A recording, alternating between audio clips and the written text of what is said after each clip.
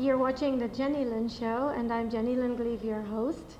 And today it is my honor to introduce Mr. Willie Brown, the former mayor of San Francisco, our first African American mayor who served our city for 2 years. Mr. Brown, thank you so much for allowing me to do this. Thank you, Jenny, for the opportunity.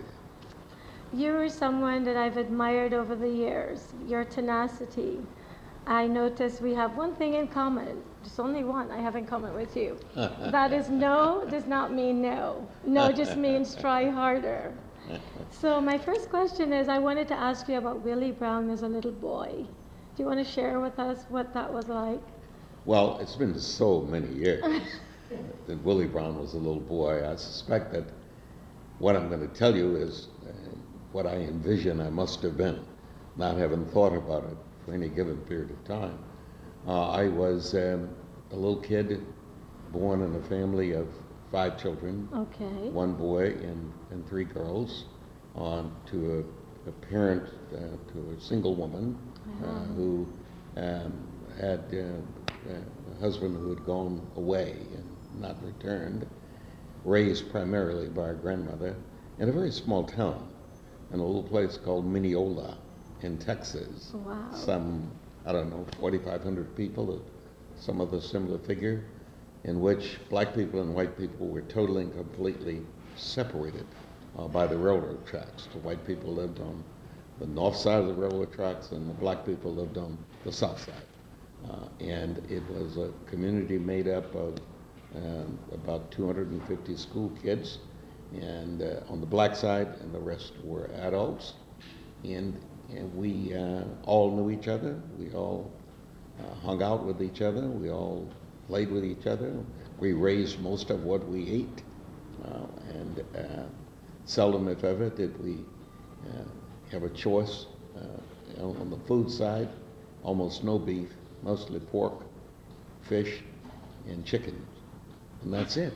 And I'm from a farm community, raised in a farm community, and I'm sure that as a little boy I started having to be productive almost from birth.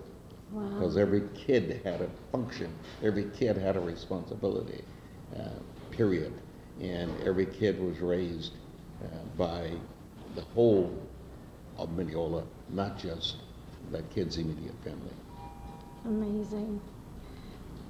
How do you compare your childhood to what you see happening now in our world?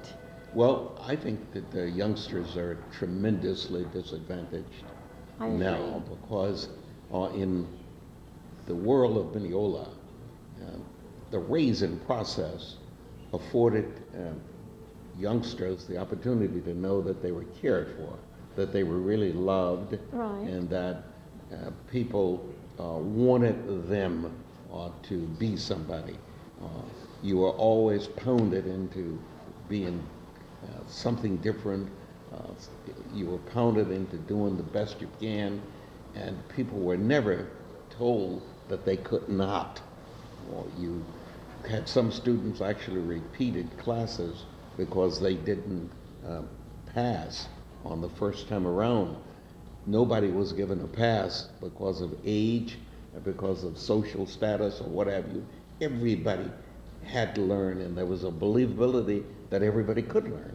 And that really installed in us the true belief that we could do anything. I think that is so wonderful. And I read where you did so many different jobs that if you asked a child to do today, they would look at you like, no way. Like you were shining shoes, you did it all. Well, in Mineola, and in my growing up, you started from birth, I would guess, with the clear responsibility to take care of yourself, period, which meant that you did what you needed to do in order to survive and to have a full and complete life. Nobody gave you anything. You really did work for what you got, And invariably, you knew at the outset that there were no jobs below anybody's status, that the job didn't define you, that whatever the function was didn't define you.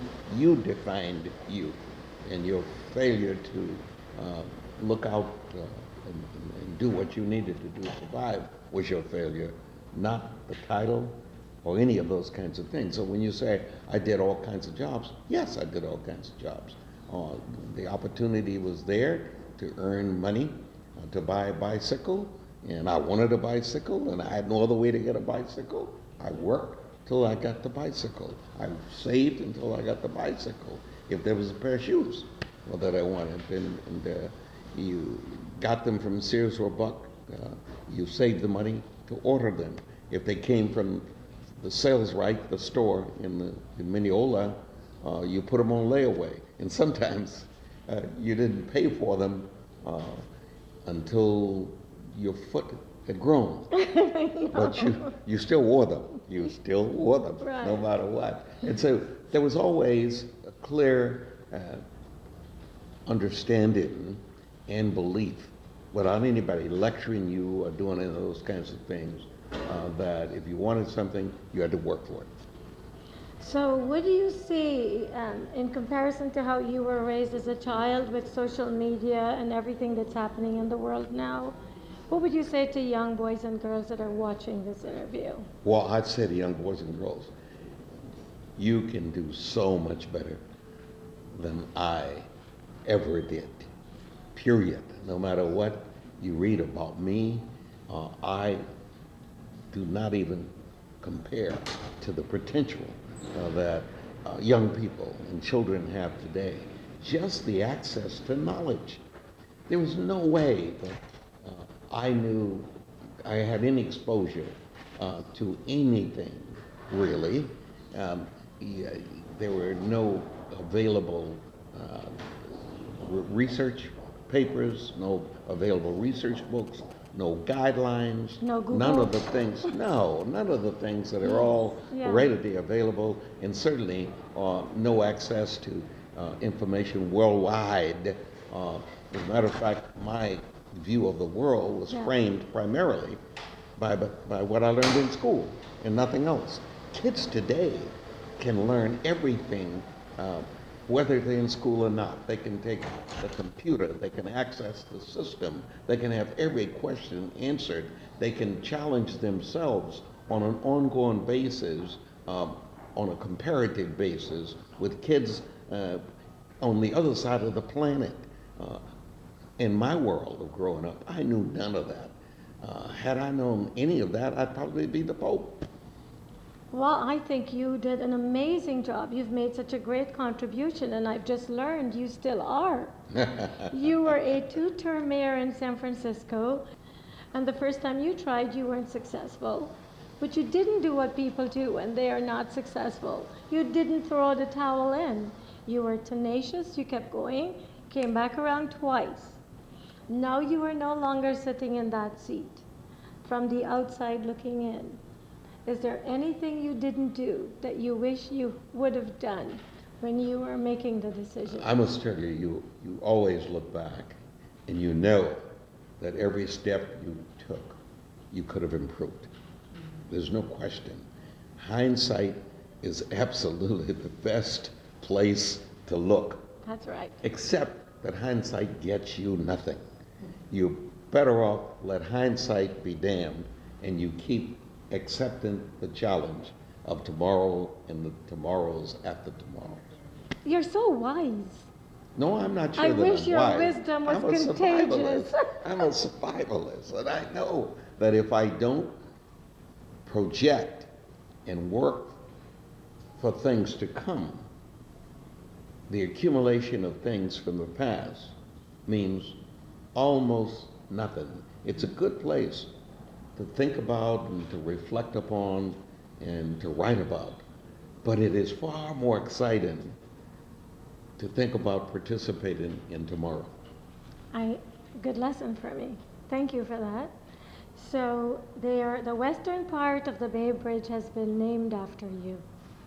How did that make you feel when you were given that, when that happened? You know, you never really work for honors. You really work for your personal satisfaction of doing things that you think your unique talent can allow you to do. Never in my wildest imaginations could I have thought of the Bay Bridge carrying the name of Willie Brown. I never even thought of it. And when it was envisioned by the NAACP, the head of that organization called me to tell me and ask what would I think if they made the effort to get the Bay Bridge named after me. And I said, you're absolutely out of your mind. Don't even try it. It's a bad idea. I'm very controversial. There are people who will do everything they can to stop it, so don't put me through the agony of watching that occur. She hung up on me. She hung up on you? She hung up on me. She didn't want to hear that. And she never, ever called me again on the subject matter. And then one day, several weeks later, several months later, I get a call from the news organization saying that a measure has been introduced in the House that would name the bridge after you. What do I think? And I said, well, I think they have the votes. Because after my comment to her, I know that she knew that she could only come with a success. She could not come with an opportunity. Right. And she came with a success. Of the 120 members of the California legislature, I think there were maybe 6 or 7 who voted no. All the rest voted yes. She inspired Jerry Brown to oppose it, and she had already insured with her numbers, on the association had insured with their numbers, that there would be a successful effort when they made the effort. So it was frankly spectacular. It was one of the few major items that I didn't have anything personally to do with. I normally am involved in every political struggle or involvement that any of my friends have, whether it's doing something about apartheid or whether it's gun control, weapons control, whether it's same-sex marriage, whether it's consent in adult sexual activities, whether it's permission to do the kinds of things you want to do in a school system, and you're limited by your health, you can't see or hear, and you need that kind of a set. I've done all those kinds of things, and I've been involved in everything. I've been involved in building the ballpark and doing the walking Embarcadero and doing Mission Bay and doing much of what the construction is around San Francisco now. Right. Involved in all of that.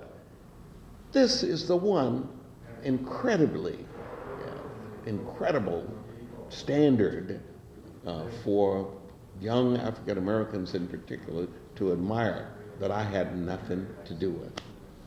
You're very humble.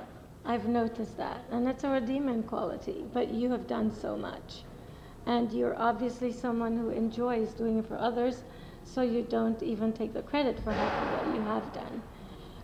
You'd be surprised of how much more successful you could be if you don't become addicted to credit. To? Credit.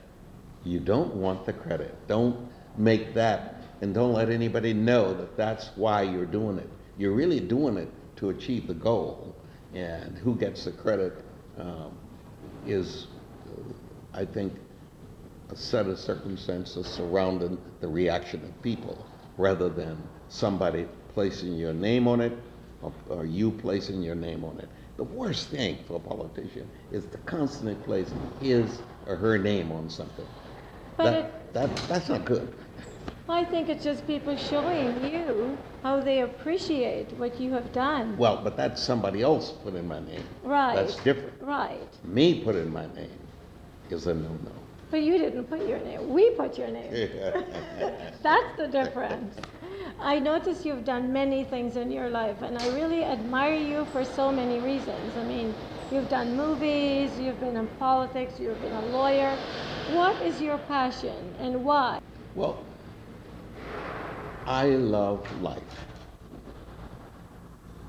I think that to exploit that love means you have to live life completely. You have to do everything that you envision you want to do. You have to try it. You have to be you must have no fear of failure, because there really isn't such thing as a failure. There's a temporary disruption, Setback. but no failure. Every day there is an agenda. And if you do time management correctly, your agenda can be discharged. You need to write the rules of life. I'm giving you permission to write that book. I think people need to hear you more often. I mean, you are such an encouraging person, because I always say, I've noticed that fear can be one of the biggest demotivators.